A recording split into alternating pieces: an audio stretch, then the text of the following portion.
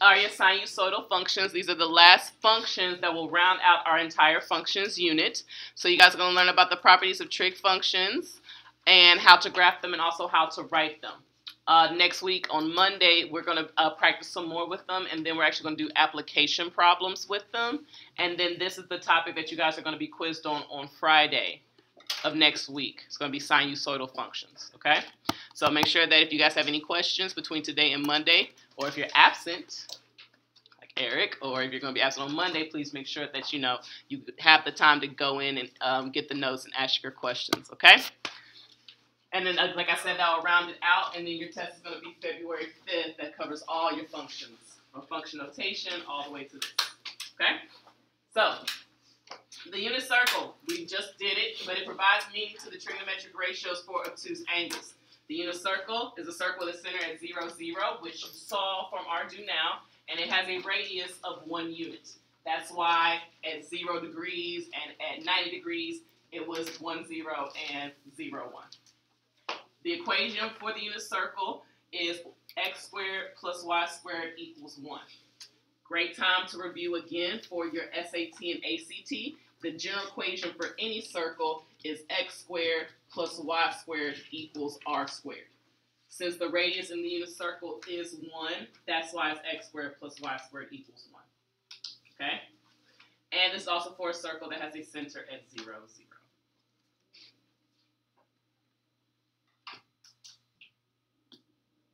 Now, P is a point on the unit circle such that OP makes an angle measured anticlockwise, aka counterclockwise, from the positive x-axis.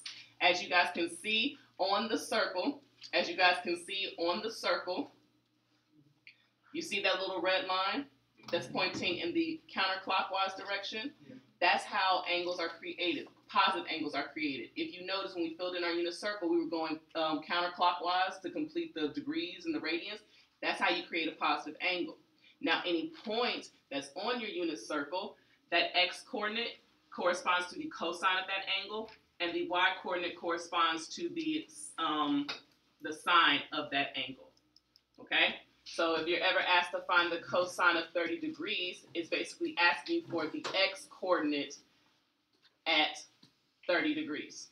Okay? So then you look at your unit circle, and you would see that that answer is going to be the square root of 3 over 2. Okay, that's how you use the points on your unit circle to evaluate different trig values. Now for any angle, and that's what the theta represents an angle. Cosine, your values of cosine theta will be in between -1 and 1, and also for sine theta, it will be in between -1 and 1. And cosine squared theta plus sine squared theta is equal to 1. That is basically Pythagorean theorem, a squared plus b squared equals c squared, because in every angle on your unit circle creates a right triangle, okay? Where these two would be your legs and this would be your hypotenuse.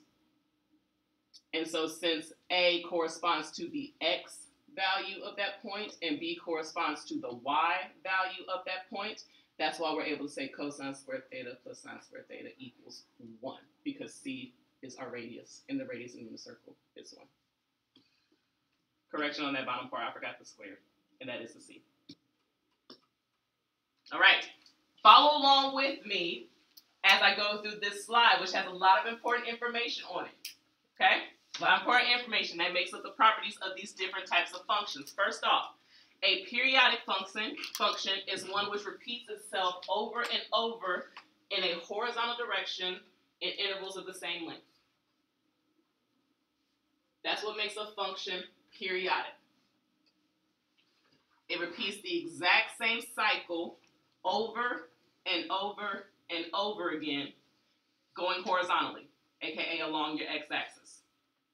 They have intervals of the same length, which means that if the pattern looks like this, and that goes from 0 to 2, then the next pattern will look the exact same, and this point would be where?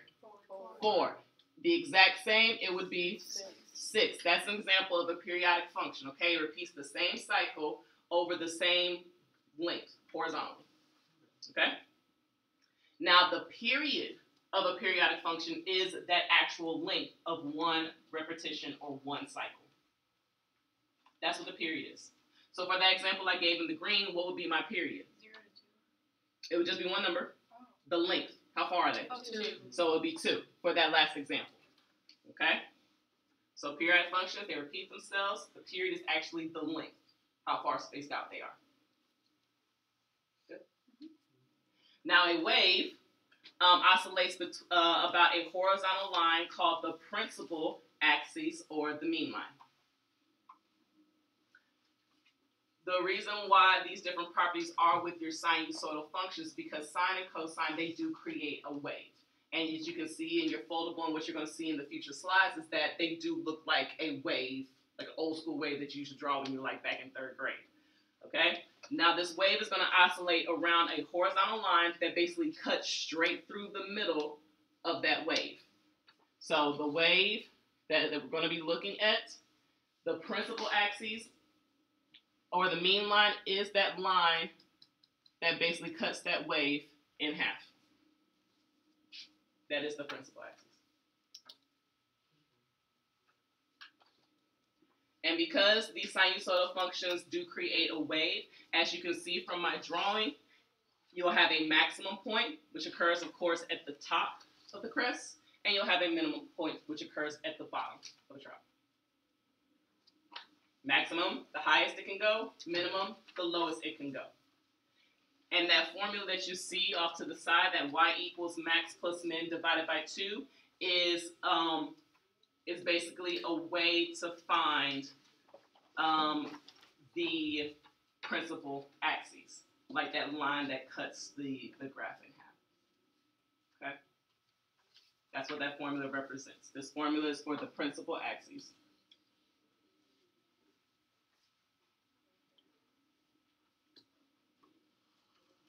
So the amplitude is the distance between the maximum and minimum point and the principal axis. That formula that you see in purple is how you can find the amplitude just in case you can't physically see it based off of the graph. And then, of course, this puts all those basically the terms into a picture. The actual curve itself represents a wave that's oscillating back and forth, repeating the same pattern. You have your maximum point and your minimum point indicated. Like I said, the principal axis is what cuts your graph in half, and the amplitude is the distance between that principal axis and the maximum point. It's also the same thing as this distance from the principal line to the minimum point. Both of those are the amplitude. They are the same number. Okay? The period, remember that's the length, the horizontal length of one cycle. One cycle, again, is basically before the graph starts to repeat itself. Like if I look at this is one cycle. Right at that point, the graph is going to start to repeat itself again. So the horizontal distance between, before the graph starts to repeat itself is the period. Okay? Questions? Oh, does the period always supposed to be there? Does the period always have to be here? No, it does not. Now, this is just one example of where the period could be identified. You can also go from maximum point to maximum point, and that will be the period as well. Or you can go from minimum point to minimum point, and that too would be the period. When you'll see in some of the examples that we do, depending on the type of graph that they give you, the part of the graph they give you, they might, depending on that, you'll determine the period. And so you can use either 3 of those to determine the period. Now, the actual sine and cosine functions, they are trigonometric functions because they involve a trig ratio. And what you see down there is the graph of sine theta. That is the graph of sine theta. And that table basically represents the angles from the unit circle and the corresponding y values from the unit circle as well. Those values from your unit circle are actually what create the points to create the curve for sine. Okay? So even though this says right here y equals theta, this is just function notation. Okay? I really could have said f of theta equals sine theta. But really and truly, these values came from the y coordinates of your unit circle. Okay? And that's how we create the curve. When you are asked to graph a graph of sine, you don't need to know all of these points. You only need to know the big five. Okay? I call them the big five because they're the ones that give you the nicest numbers. Because the square root of 3 over 2 is some decimal that I'm not concerned about, that you really can't work with. However, 0, 0, that's easy. 90, 1, 80, 0, 270, negative 1, and 360, 0. Those are your big five. Those are easy to work with. Because once you have changes to your amplitude, changes to your period, it's a lot easier to adjust those numbers than trying to adjust the square root of 3 over 2. So you're going to see me refer to the big five very often, and especially when we get to the graphing part for sine and cosine functions. That is the graph of sine.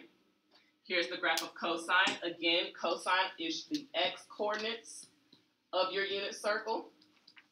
And so you use the x-coordinates of each one of those angles to create the graph of cosine. Now, do cosine and sine, do they have the same y-intercept? Look at those graphs. No, they don't. Cosine intersects the y-axis at 1. Sine intersects the y-axis at 0. So even though they're both wave functions, even though they're both periodic functions, and even though they kind of have the same type of pattern, the same period, they do have a few differences to them. Okay, they do have a few differences to them. Okay, and again, we're going to concentrate on the big five of cosine as well when we look at the graphs. So let's get to graphing. Stay with me. Oh, actually it's not filled in, so you're going to have to stay with me. All right, so for the graph of y equals sine x and y equals cosine x, you see the two graphs are the same? It looks like one is just shifted over. Okay. The domain, all of these things are going to be the same on both functions. That's why it's together. So these different properties for sine apply to the same properties of cosine. Now when you look at this graph, what do the arrows mean? Keep going. Until when? Infinity, forever. Forever. So then what's the domain of a sine function or a cosine function? All real numbers. So we can write that in set notation. If I get off of yellow. Set notation, remember that's the set of x values such that x element real numbers. If I write that in interval notation, what would that be? With parentheses. I like that. I knew I was going to ask you. It's like, what's around infinity? Good. Does it matter? Doesn't matter which way you write it? No. It doesn't matter. If IB gives you a question and they give you the domain, it will always be in set notation. Always. But you don't have to provide the domain in set notation unless you want to. Now the range. Range relates to your y-axis. What's the highest it goes? What's the lowest it goes? 1 Negative 1 to 1. So in set notation, that would be the set of y values such that negative 1 is it included? Yes. So that would be less than or equal to y, less than or equal to 1. Or if we wrote it in interval notation, 1 comma negative over brackets.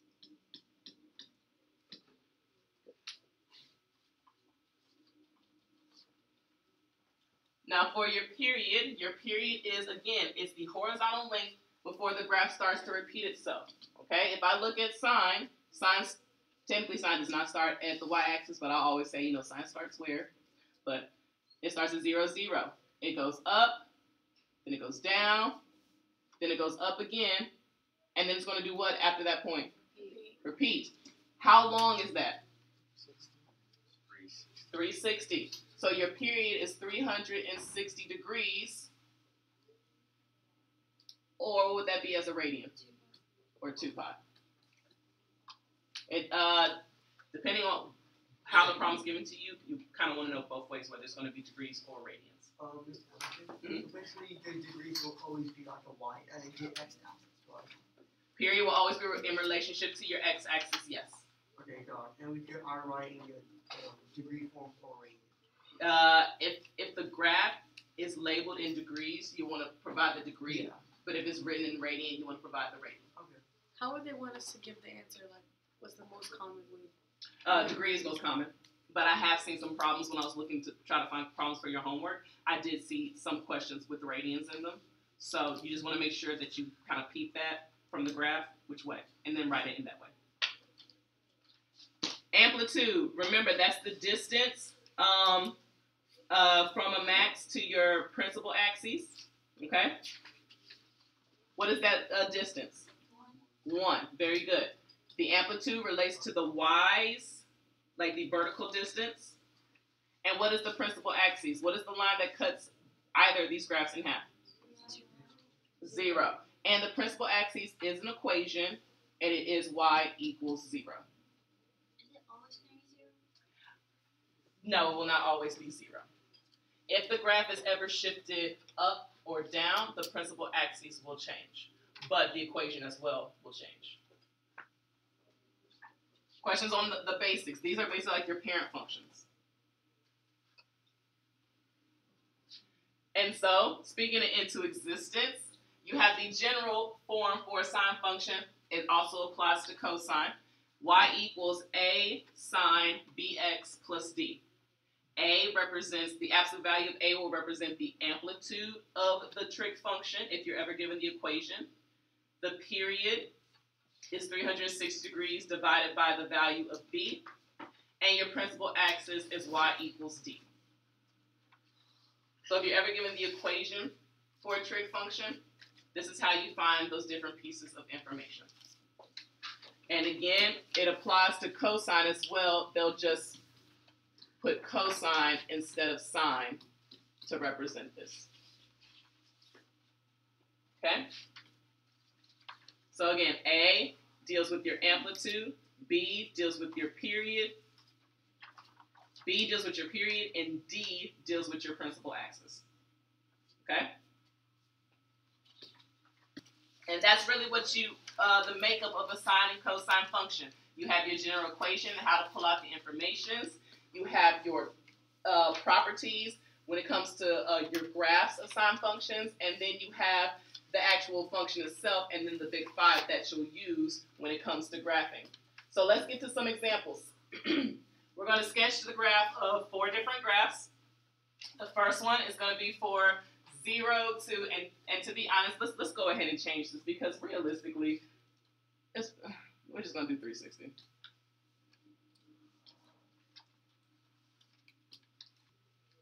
So you have y equals sine x plus 1, okay? If you think about the general form for a sine function, what does 1 represent in that general form? What letter? D. It represents D. D deals with what vocabulary term we learned about today? The principal axis, okay? So, and the principal axis is always in the form of y equals D. So your principal axis for A is y equals 1. That means that at y equals 1, that's where the line is going to cut the graph in half. Which means the original graph of sine, whose principal axis is at 0, is now shifted up 1 unit. Which means that entire graph is shifted up 1 unit. So normally sine has a y-intercept at what point? The regular graph of sine x. 0, 0, 0. Okay? And then let's look at the big 5. So we're at 0, 0. What's the next big 5 number? 90. Next one. 180. Keep going. 270. And 360. Now in this bright yellow color, I am going to do the graph of sine so you can see the difference. Okay? But in black, I'll actually do the graph of what it's asking us to graph. What's the maximum point on the original graph of sine? 1. What's the minimum point? -1. -1. So in yellow, here is the graph of sine. I'm using the big 5 points to do this. And when you draw graphs yourselves, try to make it as smooth as possible. Don't do the double thing like I just did, but try to make it smooth as possible. So now, if I'm trying to graph y equals sine x plus 1, that means literally every point on this graph has moved up. So now my y-intercept is not at 0, 0, it's where? 1. Well, technically 0, 1. This point at 91 is now where? 2. At 2. 92. 180 1, is at 1. 270 0, is at 0. And 360 is at 1. 1. So literally every point of the graph has been shifted up 1 unit. That deals with your transformations, which we talked about at the beginning of the functions unit. And that's how you graph y equals sine x plus 1. So yes, the first one we drew was our parent function, y equals sine x. And so then a was the shifting of that parent function.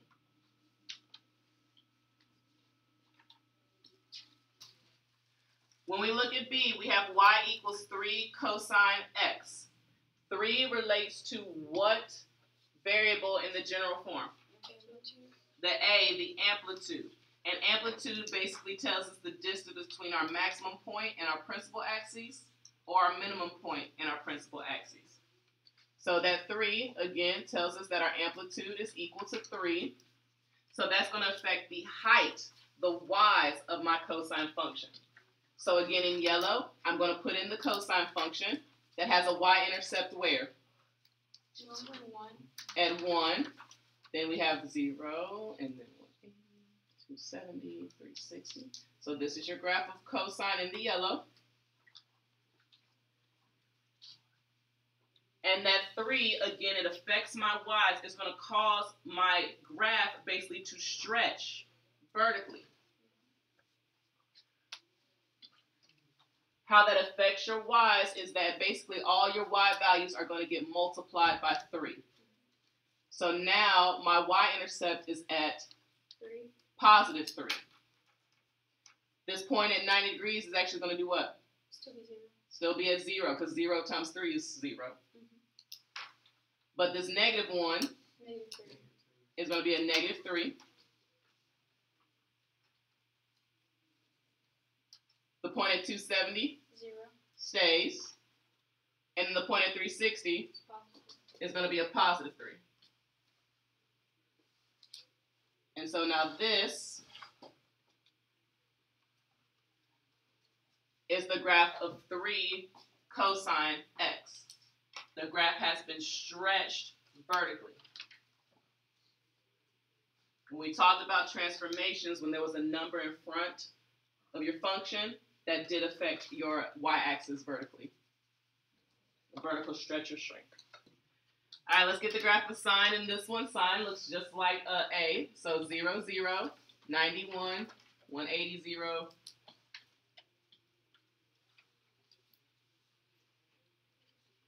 It's not this. Struggling on my sine and cosine curves today. Just answer. Isn't there like also graphs for like sine, or not just sine and cosine, but like tangent and all that stuff? Yes, all the trig functions do have their respective graphs, but you guys are only going to be responsible for sine and cosine in this class. Not even tangent. You won't even have to worry about tangent. All right, the sine 2x. Y equals sine 2x. The 2 corresponds to what variable? B. It corresponds to the b, and the b affects your Period. period. Okay? If you look at the previous page, remember period is equal to 360 divided by b.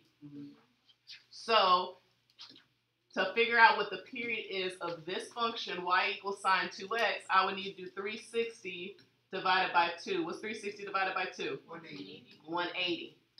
So the period of this function, sine 2x, is 180, which means my graph is going to complete a full cycle in 180 degrees.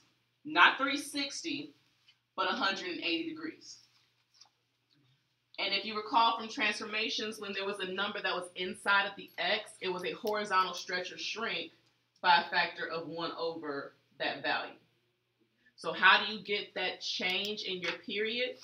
Whatever the b value is, and you probably want to write this down, whatever the b value is, you want to multiply your x's by 1 over b to get the change in your period.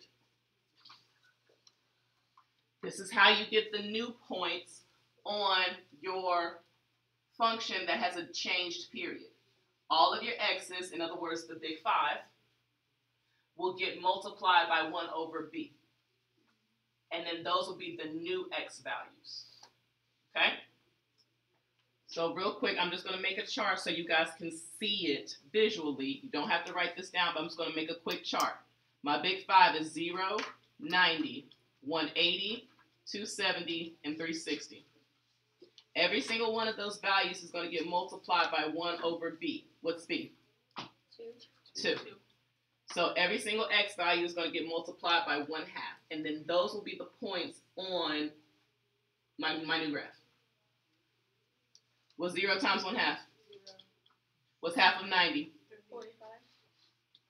What's half of 180? 90. What's half of 270? 135. And what's half of 360? 180. 180. Okay? So those are going to be the new x values that I'm going to plot these points. So 0, 0 stays where it is. But the point 91 is now going to be at 45, 1. It got multiplied by 1/2, so it pushed in. The point at 180, 0 is now going to be at 90, 0. The point at 270, negative 1 135. is going to be at 135, and 135 is halfway in between 90 and 180. And then the point 360, 0 is now going to be at 180. And so that is your graph in black of y equals sine 2x. And as you can see, the graph has been squished in horizontally. It's been horizontally shrunk by a factor of 1/2. It's been pushed in. Your period is now 180 degrees. Now, since it goes to 360, does that mean we gotta do another period? Yes, it does tell us to graph it from 0 to 360, so that means we need to continue this graph until 360, okay? And if you notice, like, each point is, like a half of the way in between, right? Yes. So the next point would be halfway in between 180 and 270, but where? At 1. At 1. The next point would be where? 270 and 0. 270, 0. Negative In between, one. negative 1. In between, and then at negative 1, and then 360. at 360. So then this would be the rest of the graph that I have in purple. It's another cycle, and now we've graphed from 0 to 360.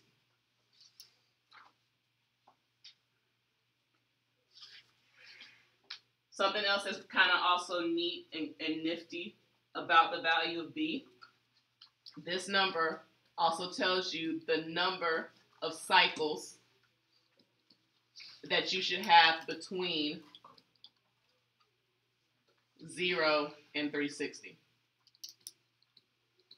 So if you ever question, oh crap, well did I do it right up to 360? That number will tell you the number of cycles in between 0 and 360.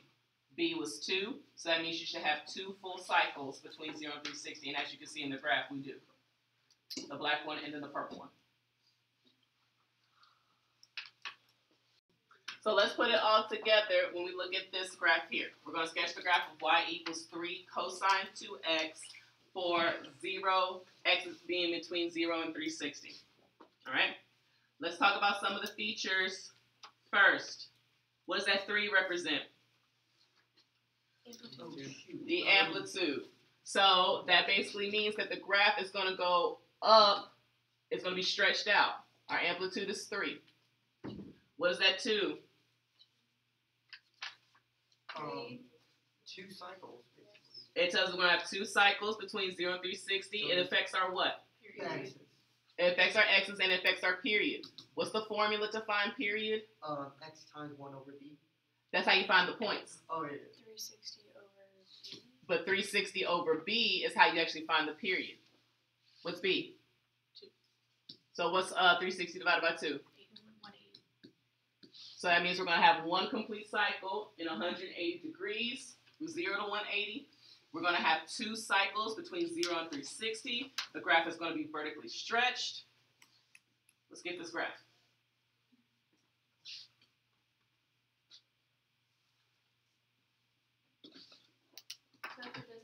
value, the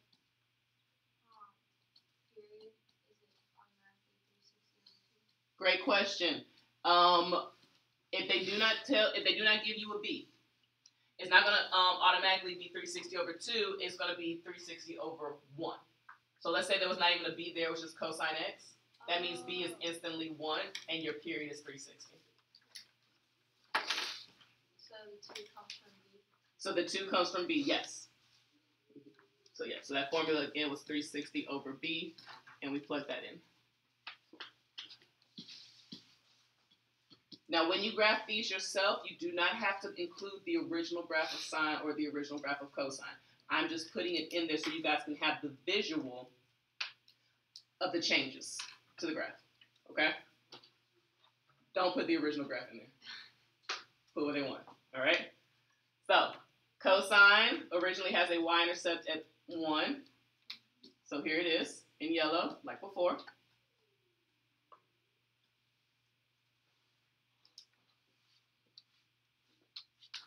But now I have an amplitude of 3, which means that my y's are going to get multiplied by 3. But then I also have a period change, so all of my x's are going to get multiplied by what? 1/2. 1/2. Everybody see where that 1/2 came from? Mm-hmm. Remember, it's x times 1 over b. So then that means that all of my x's are going to get multiplied by 1 over 2, just like they did before. Okay? My y's are going to get multiplied by 3, the amplitude. So all of my y's are going to get multiplied by 3, so I got to do like double time, double duty. Okay? I'm going to do it in red since I'm already in red.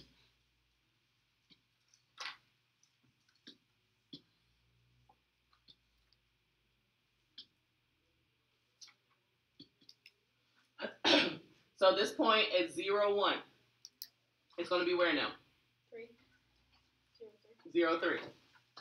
Because when I multiply my x's by 1/2, it stays at 0, but my y's become 3. This point at 90, 0. It's going to be a negative 3. It stays 0. The y's are going to stay at 0, but my x is going to be where now? 45. 45. I think we might need to make a table to help us keep everything organized. Yes. I don't think we can do it based off of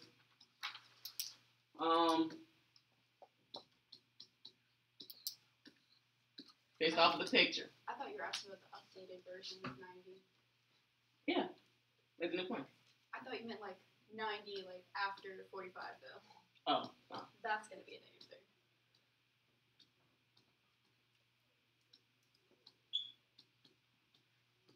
So this table is just to help us keep everything clear. In the black are the original points of the graph. Multiply all my x's by 1/2. 0. Thank you.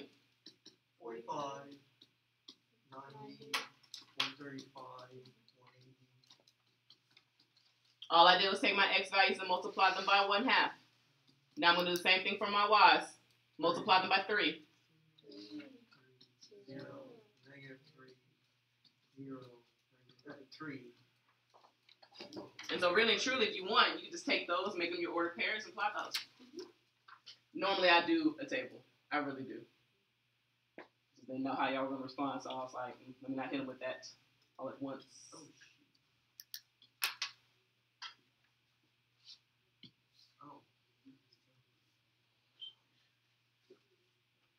It's going to be so much nicer once we actually get lines to do this. It's a little high on this end.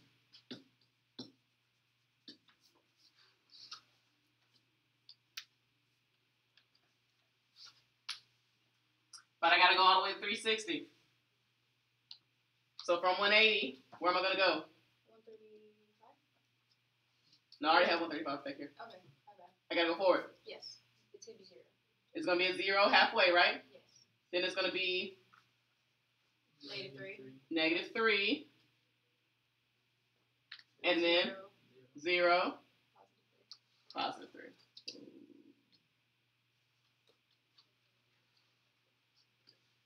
I'm also going to stand right in front of this so I can do this real quick. It's a W.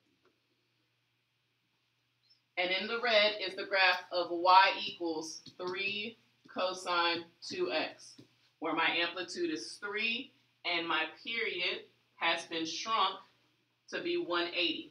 And I have 2 cycles in between 0 and 360. Let's write the equations of trig functions. This is another type of problem that they could give you. In IB is instead of giving you an equation asking you to graph it, they'll give you a graph, and then they'll ask you to find the equation. Okay? This can happen in 2 different ways. You'll see the 2 examples in your notes.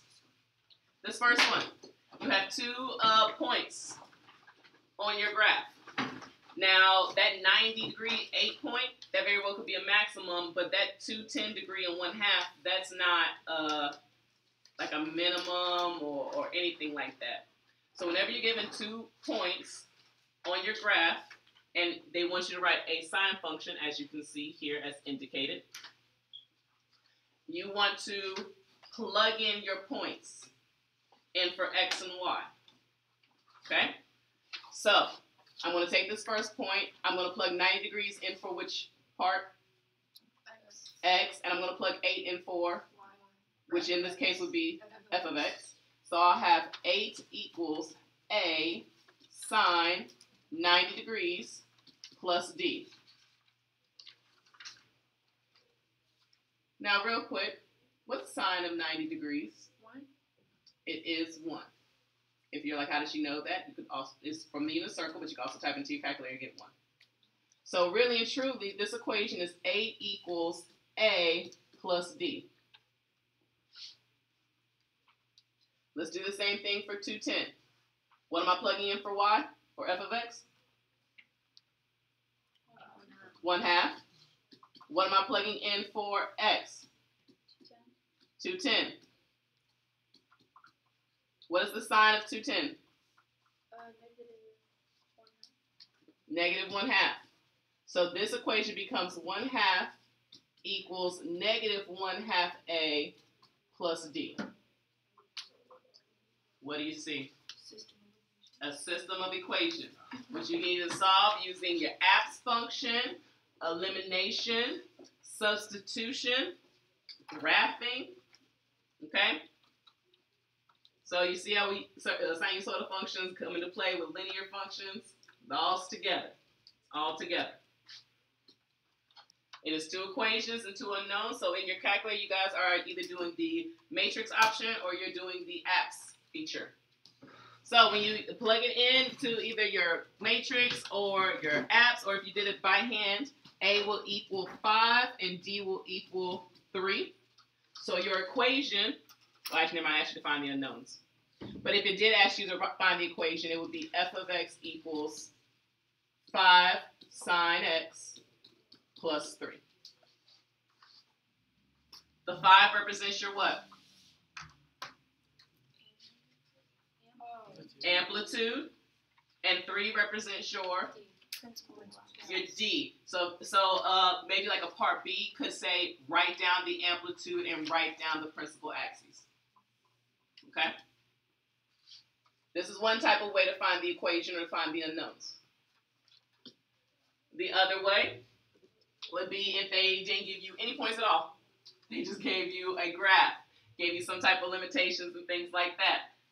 Since we are writing a sine function, we know it has to be in the form of y equals a sine bx plus d. Again, it tells us to write an equation for sine, so that's the general equation. We have to find a, b, and d in this equation. Now to find a represents your what? Amplitude. Amplitude is the distance from your principal axis to a max or your principal axis to a min. There's a couple of different ways to do it. Just out of curiosity, by looking at this graph, can you see what the amplitude is? Yes. What is it? 1. Ooh. Okay. So, I heard 2 different answers. So, if you ever question it, remember there is a formula to find your amplitude. You wrote it down. It is max plus min divided by 2. Double check that. Is it max plus or max minus? I thought it was max. It's max minus? Yeah, max. My bad. Okay, I do get them confused sometimes. It's So, it is 1. But if you ever are unsure, you can use that formula. What's the maximum height? 2. What's the minimum height? 0. So that becomes 2 divided by 2. So your amplitude is 1. That is your value of A. So you have y equals, I'm not going to write a 1. I'm just going to put sine. Okay? Let's find D next. And then we'll come back to B.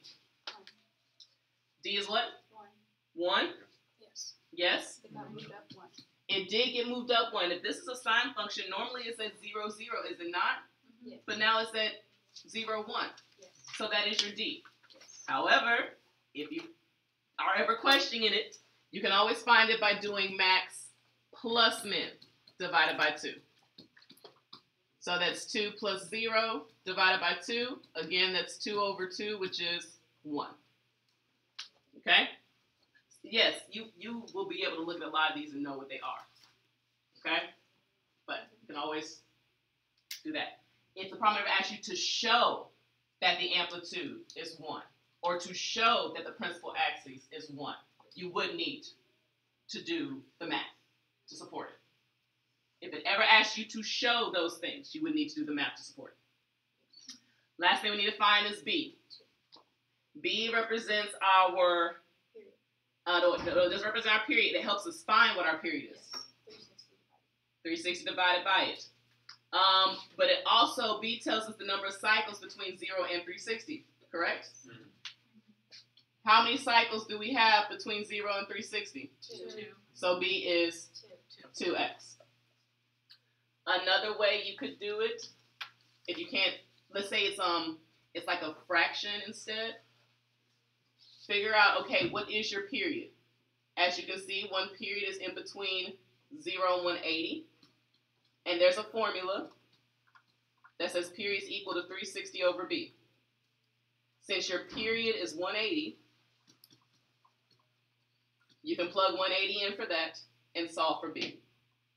How do you solve for B? Multiply by B, and then divide by 180. This is another way to figure out the value of B. The algebraic way, or you can look at the graph. We've done it both ways. And this wraps up pretty much the properties and the features of these sinusoidal functions.